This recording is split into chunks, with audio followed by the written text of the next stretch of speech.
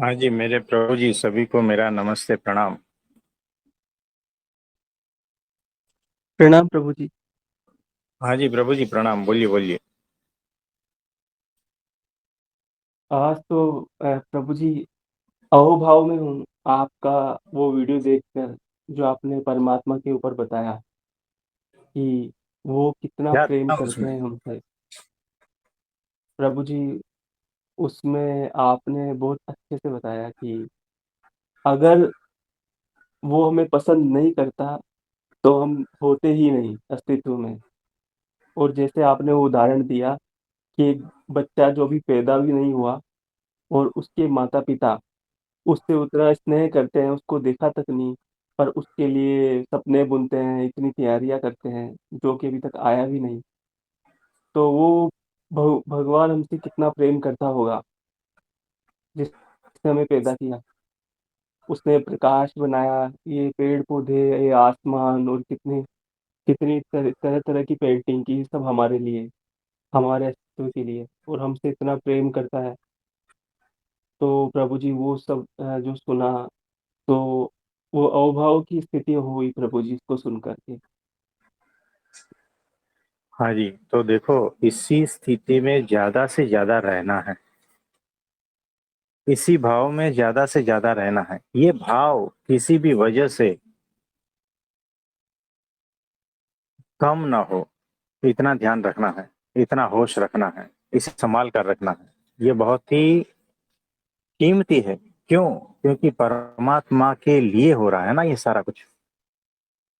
आपको पता चल रहा है जी आपके भीतर इस वक्त जो फीलिंग है ना, वो बहुत अद्भुत है। आपके भीतर अब जो भाव चल रहे हैं ना इसी वक्त, वो बहुत ही अद्भुत है। यानी जो सामान्य भाव है, संसार के भाव है, उससे कई गुना अधिक दिव्य का आप महसूस कर रहे हो। क्या ये सही है? जी प्रभु जी। बस इसे संभाल के रखना, क्योंकि यही भाव परमात्मा का भाव है। देखो कैसा है कि ये जो भाव है ना, ये आप व्यक्त नहीं कर पाओगे। क्या व्यक्त कर पाओगे? नहीं प्रभु जी। यानी इसके लिए आपके पास शब्द नहीं है। इसमें तो जी सिर्फ हुआ जा सकता है। इस भाव में, इस दिव्य परमात्मा के गुण में सिर्फ डूबा जा सकता है। इसको संभाल के रखना, क्योंकि ये जो भाव है परमात्मा का दिव्य गुण है। ये जो भाव है परमात्मा का ही भाव है। इसको खोना मत। होश पूर्वक रहना। इसमें जितना हो सके उतना डूब जाना। पता नहीं ये कब चला जाएगा। तो एक जो झलक मिली है ना, समझना ये परमात्मा की झलक है। ये जो भीतर से आपको हो रहा है ना, ये परमात्मा का ही रूप है। याद रखना, इस भाव के रूप में आया है परमात्मा आपके पास, आपके भीतर। इसे संभाल के रखना। तो इतना होश तो होना ही चाहिए कि कौन सा भाव परमात्मा का है और कौन सा भाव माया का है। आप समझे? तो बहुत सारे लोगों को, बहुत शिष्य को, बहुत भक्तों को ऐसे परमात्मा की थोड़ी थोड़ी अनुभूति, झलक मिलती ही है, लेकिन वो पहचान नहीं पाते। उसमें वो क्षमता नहीं है। उसमें वो होश नहीं है। वो समझदारी नहीं है। वो समझदारी, वो होश, वही हम दे रहे हैं। आप समझे? नहीं तो आप चूक जाओगे। है ना? इतना अद्भुत आपके साथ घटना हो गई, अब चूक जाओगे। तो बड़ी अद्भुत घटना हो रही है आपके पास कि अहोभाव आपके साथ में, ये घटना एकदम कीमती, अमूल्य है। इससे अमूल्यवान कुछ ऐसा है नहीं। इसको जी लो। लीलाधर भाई जी, इसको जी लो। इसके कंपैरिजन में और कुछ नहीं है। है ना, आपको पता चल जाएगा, इसके कंपैरिजन में कुछ भी नहीं है। ये जो परमात्मा के प्रति अहोभाव, आपको भीतर से ऐसा लगेगा कि परमात्मा के प्रति मेरे भीतर प्रेम है, ये लगेगा, बता नहीं पाओगे। आपके भीतर परमात्मा के प्रति प्रेम है, शब्द नहीं बता पाएंगे, आंसू कम पड़ जाएंगे। और ये है, इसको जी लो लीलाधर भाई जी, इसको जी लो, यही परमात्मा है। जी प्रभु जी। हल्की सी किरण के रूप में आए हैं, पकड़ लो इसको, छूटने ना पाए, है ना, ये ऐसा है। और कुछ पूछना चाहते हैं? जी प्रभु जी।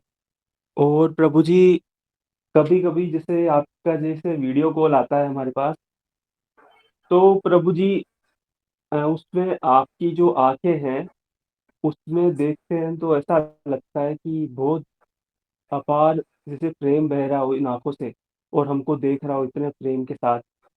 और ऐसा लगता है कि जैसे खुद पे ही शर्म आ जाती है कि इतना ज़्यादा प्रेम है, इतना तो हम डिज़र्व ही नहीं करते। तो ये भी उसी परमात्मा से आ रहा होगा प्रभु जी। वही है और कुछ भी नहीं है, याद रखना। ये जो आंखों से देख रहा है ना, वो वही देख रहा है। ये जो आंखों से देख रहा है आपको, वो वही परमात्मा देख रहा है, और कोई थोड़ी देख रहा है। हम होते तो ऐसे थोड़ी देखते, हम हट जाते हैं बीच में से। ये शरीर द्वारा हो रहा है, ये इंस्ट्रूमेंट है और कुछ नहीं है, उसी से बहता है, हम बहने देते हैं। उसको जो करना है, जिससे जो करना है वो करे, उनका काम है, हम तो हट जाते हैं। इसीलिए जो भी प्रार्थना भी हो रही है आपके लिए, वही कर रहे हैं। जो आशीर्वाद भी देते हैं वही दे रहे हैं, जो देख रहे हैं वही देख रहे हैं, जो गाइड कर रहे हैं वही गाइड कर रहे हैं। अभी इस वक्त भी जो बोल रहे हैं ना, वही तो बोल रहे हैं, और कौन बोल रहा है?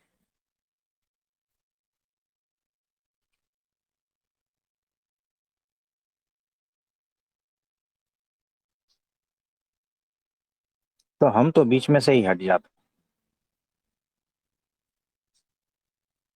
हम तो जैसे आप है ना, वैसे बाजू में बैठे रहते हैं, है ना। हम तो जैसे आप सुनते हो, हम वैसे ही सुनते हैं,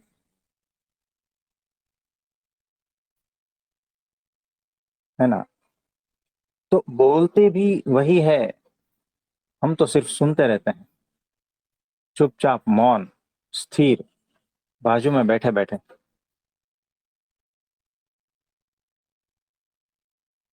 तो ऐसा है।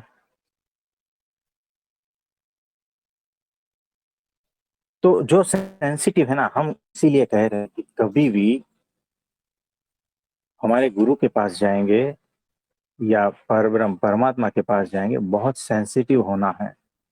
यानी जो सेंसिटिव है ना, वही पकड़ पाएगा, जो ग्रहणशील है वही ग्रहण कर पाएगा, है ना। और जो श्रद्धावान है, उसी को ही ज्ञान होगा,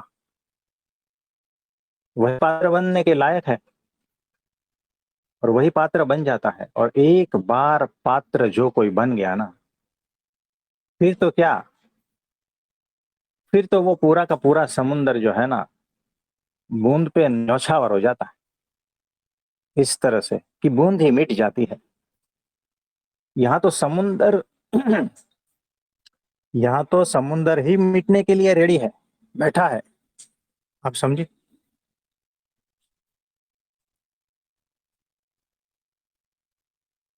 और कुछ पूछोगे?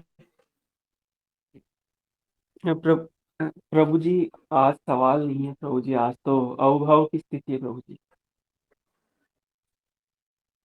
ये बड़ी अद्भुत बात है। तो जो आज हो रहा है ना, वैसा रोज होगा। अगर इसी में ही रहे ना, रोज रोज ऐसे मौके मिलेंगे कि बस उन्हीं की ही याद में रहोगे, उन्हीं के ही ख्यालों में रहोगे, उन्हीं के ही प्रेम में बहते जाओगे, डूबते जाओगे। फिर अचानक पाओगे कि वही तो है, मैं हूं ही नहीं। बड़ा अद्भुत है लीलाधर भाई जी, ये शुरुआत है। जी हाँ, प्रभु जी। यहाँ पर बहुत ही संभल संभल के कदम आगे रखना है, गुरु का हाथ पकड़ के, है ना।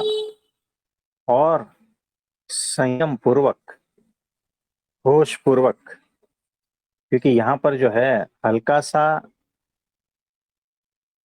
गफलत, यानी हल्का सी बेहोशी, पैर फिसल जाएगा, गुरु का हाथ छूट जाएगा, ये ऐसा है। और अनंत जन्मों के बाद ऐसा मौका मिलता है, तो बड़ा अद्भुत आपके साथ हो रहा है। इसको जो है ना, क्या कहोगे पता है, हल्का सा किरण का, या हल्का सा प्रकाश। और अगर ये बहुत बहुत भारी मात्रा में होने लगता है ना, तो इसको ही कहते हैं विस्फोट। उस विस्फोट में सिर्फ और सिर्फ प्रेम ही रह जाता है, तर्क, बुद्धि सब चली जाती है, श्रद्धा ही श्रद्धा रह जाती है, आनंद ही आनंद रह जाता है। कपट, ईर्षा, मान, ये सारे दोष उस विस्फोट में मानो थे ही नहीं कभी, उस तरह से गायब हो जाते हैं। आप समझे। तो इसको और भारी भारी मात्रा में आएगा, ग्रहण करने के लिए रेडी रहना है, अपेक्षा रहित प्रतीक्षा में सदा रहना है। ये होता रहेगा। आप समझे। जी प्रभु जी। और कुछ।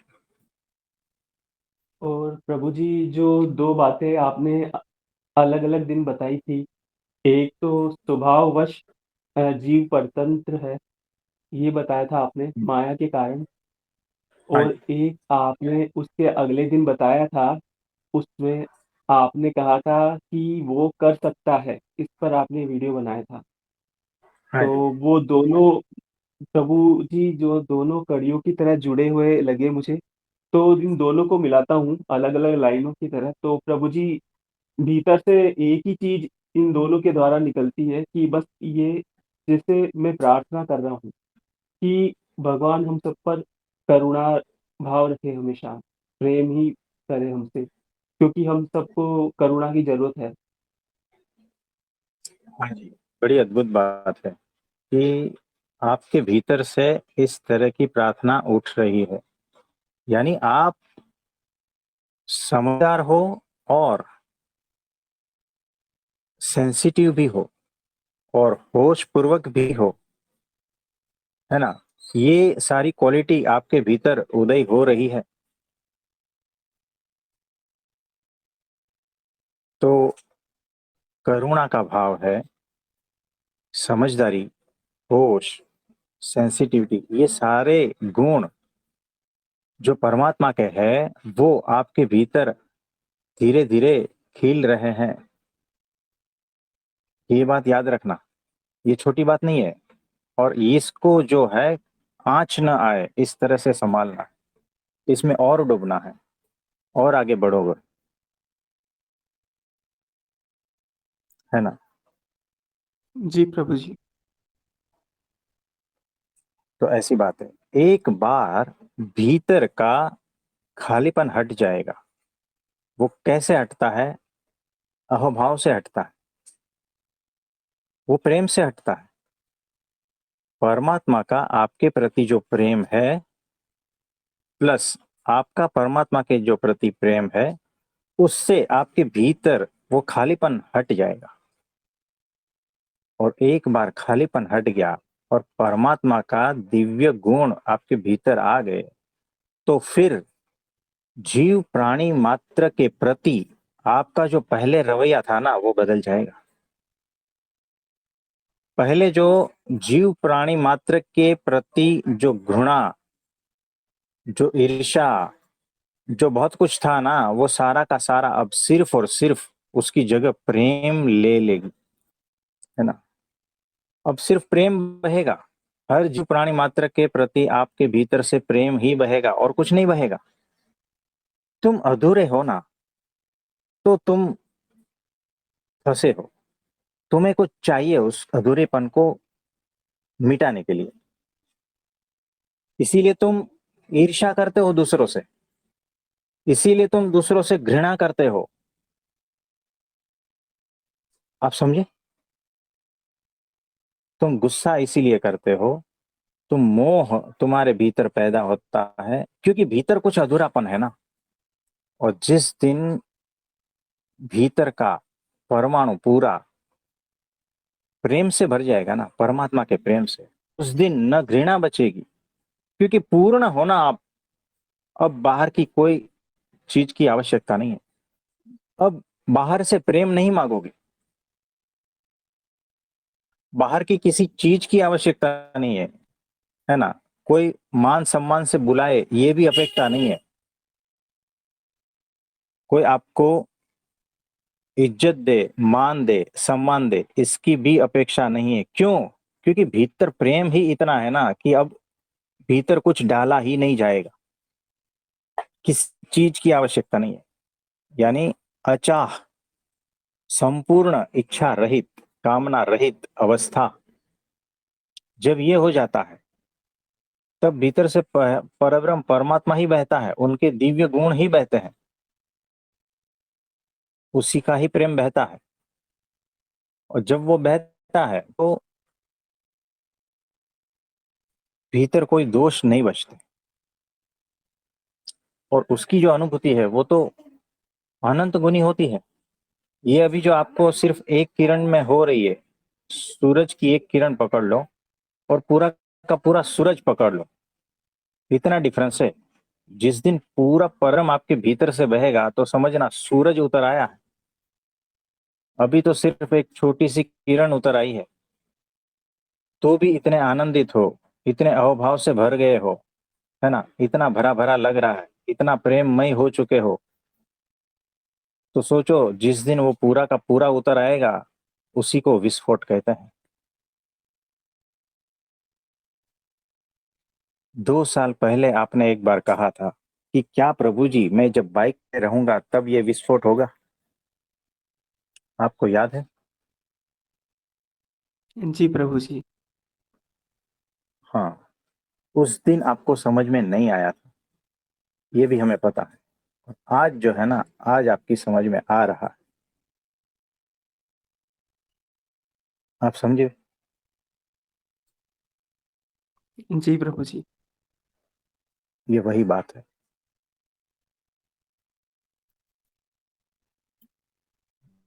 और कुछ कहोगे? नहीं प्रभु जी, बस यही था प्रभु जी। कोटि कोटि प्रणाम प्रभु जी। हाँ जी, प्रणाम प्रणाम।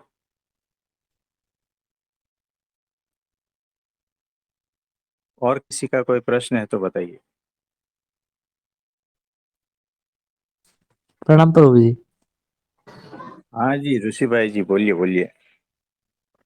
प्रभु जी आपको अभी भी, मुझे भी वो बात याद थी अभी आपने बोला प्रभु जी की 2 साल पहले वो उन्होंने पूछा था और आपने बताया था कि गाड़ी पर होंगे आप और घर तक जाते जाते आप पूरे के पूरे बदल जाओगे, ये बोला था प्रभु जी आपने। हाँ, तो ये बात है ना, तो हो जाएगा, अचानक हो जाएगा, पता भी नहीं चलेगा। यानी कि अरे ऑफिस से निकला था तब तो ये आदमी था, अब घर पहुंचते पहुंचते तो आदमी बदल गया पूरा। यानी जब राजमहल छोड़ा था तो क्या था उनका नाम? गौतम। और जब लौटा तो बुद्ध होकर लौटा, है ना? तो उनको तो 7 साल लगे। यहाँ पर जरूरी नहीं है 7 साल लगे, यहाँ तो 7 मिनट में हो सकता है ना? 7 सेकंड में भी हो सकता है। तो ये बात आपकी छड़ी करवा देती है प्रभु जी एकदम। है। कोई बात नहीं। और कुछ पूछना चाहते हो? प्रभु जी प्रश्न ये था, हम जब छोटे होते हैं तो भगवान ने सब कुछ देकर ही भेजा होता है, तो मनुष्य चूकता कहाँ पर है बड़े होते होते प्रभु जी? देखो, कीड़े रहते हैं ना, वहीं चुभता है वो।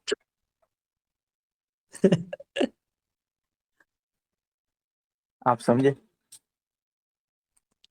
और जी कुछ प्रभु नहीं। जी।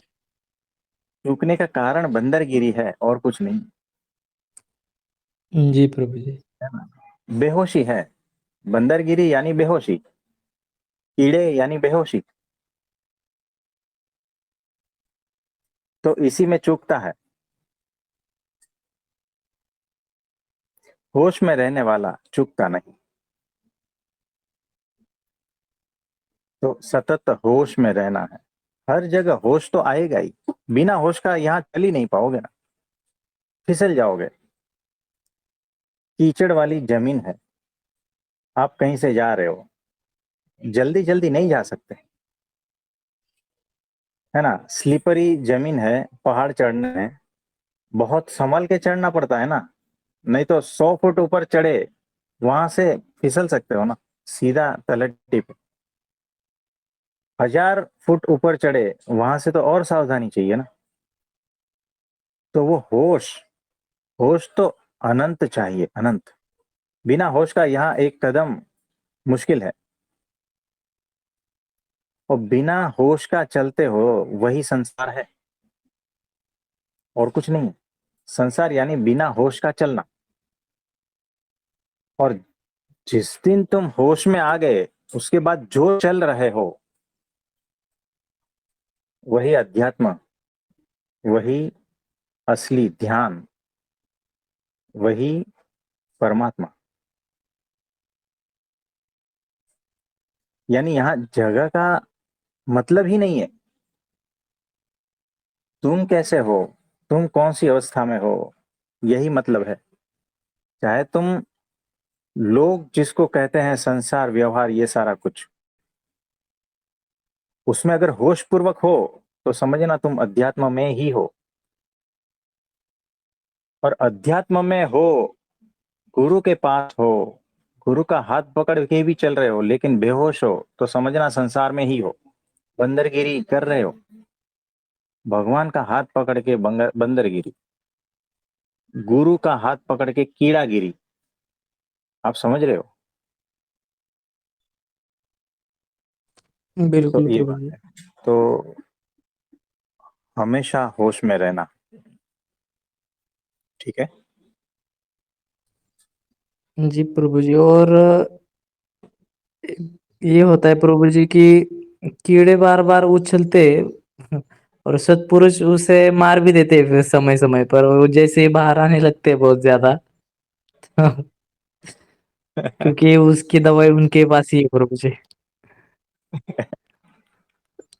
मुझे कोई बात और प्रभु जी, जी प्रभु जी ठीक है। प्रणाम प्रभु जी।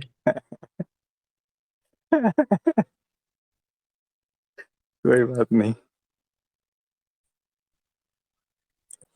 हाँ, बोलिए बोलिए ऋषि भाई।